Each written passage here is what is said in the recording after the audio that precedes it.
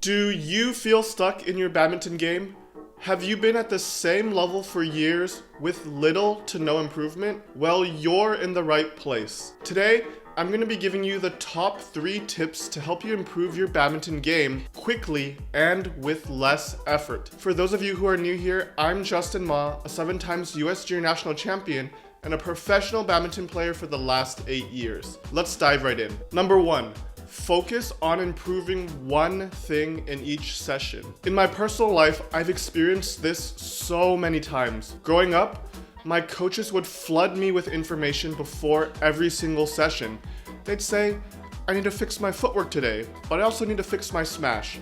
I need to get faster, I need to get stronger. My backhand grip is wrong. Believe me, we've all been there. As players, there's so much that we need to improve, but as I've seen personally, we fix nothing. When we go into these sessions and we're overloaded with information, we end up fixing none of it. There's just too much to focus on. When you go in with goals to fix so many things and you leave when fixing nothing, you feel extremely frustrated. This becomes an endless loop that you can't get out of, feeling like there's so many things to patch up in your game, but you're not able to fix any of them. Months, years pass, and you improve nothing. For those of us who are very serious in improving, we know that there's so many different areas to improve in. But when we go to the badminton courts and try to improve all of it, we spread ourselves too thin and we end up fixing none of it. And when we see that lack of improvement, we get frustrated and lose motivation as well. So my tip to you is when you go to the court, focus on one thing only. You can plan this out before you even step foot in the gym and tell yourself what your focus is for this current session. For example, if you wanted to practice learning a new grip for the session, like a backhand grip, make sure that's your main focus the entire session. Don't try to improve anything else at the same time. Between every rally, before every serve, remind yourself that today I'm here to improve my backhand grip. Only then will you be able to master it quickly and efficiently. Once you fix that habit, you'll feel more rewarded as a result because you are able to fix it as well. Number 2, record yourself playing. In this day and age, pretty much everyone has a phone that has a camera function. I bet you might even be watching this video on that very phone. One of my clients, Byron, never actually recorded himself playing before, ever. He assumed that all his footwork, his grips, his form, everything was right because it felt right. But for most of us, what that feeling of right is just us being normal. It's what we've done all the time, and that's why it feels normal and it feels right to us. But the actual footwork, form, grip, etc. might not actually be right.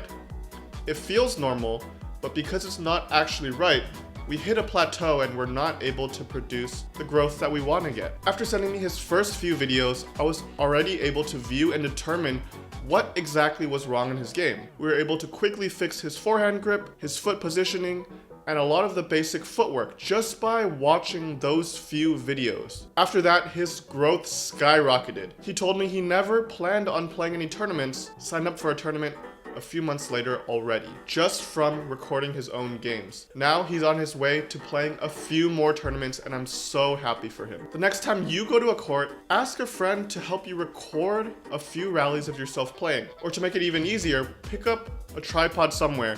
A lot of them are less than $5 only.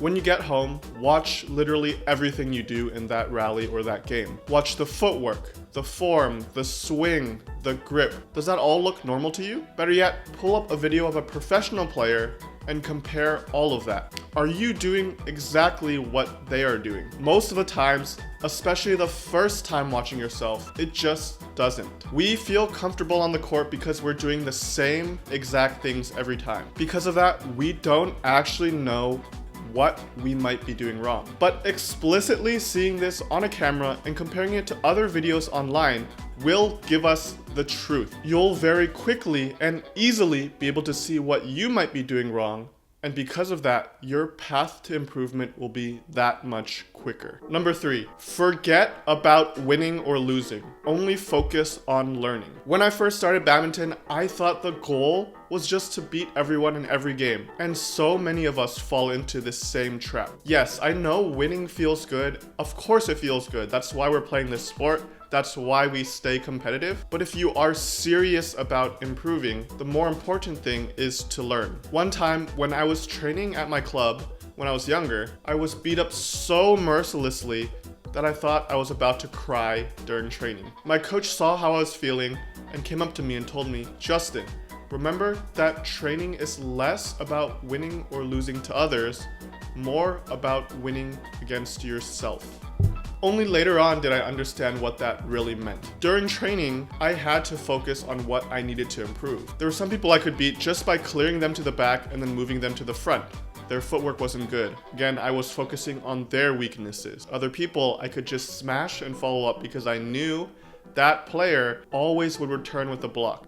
I was always focused on what my opponent's weaknesses were because I wanted to beat them. One day, this really changed. My coach forced me to play a game with only clears. I couldn't do any drops, smashes. In the front, I would lift. On the side, I would lift. In the back, I would clear. Everything was to the back. I was exhausted. My opponents didn't need to move at all, and they moved me to every single corner. One thing finally clicked. They were strong in the back, so I was playing to their advantage. But what I found was I got really exhausted playing this style because I wasn't really consistent in my game normally. I wasn't able to control people from the backcourt. Instead, I wanted to win all my rallies quickly and efficiently, especially by focusing on their weaknesses. In a tournament, this never really happens.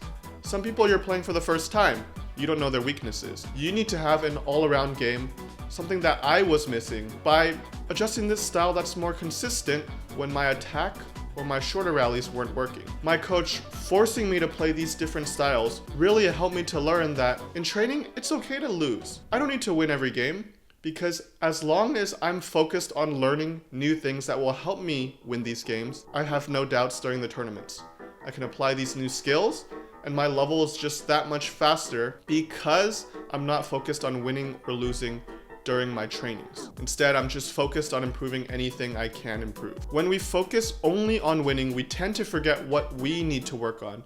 We only focus on what we need to do to win the game. The game we play is catered towards the weaknesses of others, and instead of learning what we need to improve on, we only work on our opponent's weaknesses. This leads to repeating bad habits or doing things you might not otherwise do during a tournament. Instead, during training, you should be trying new things, practicing new shots you haven't really done before, or working on the consistency of shots that you're trying to improve. You might even be trying to change up your style so that you can do different things during the tournament. This is me telling you that it's okay to lose during training. I lose during training every single day. Now look, if you still feel like you can't make that custom plan to get yourself to that next level, I hear you. Or if you can't even identify what's wrong in the game, I get it. That's because sometimes in our game, we need personalized, customized advice from someone else who's watching us play. That's why we all have coaches. Show me the best badminton players in the world, or the best badminton players that you personally know,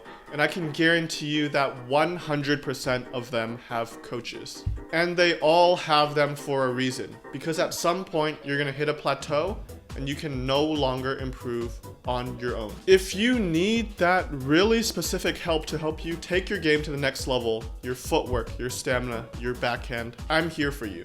And I'm happy to work directly with you to help you improve your game. If that sounds at all interested to you, you can book a completely free call with my team by clicking the link in the description below. Thank you, and we're looking forward to talking to you soon.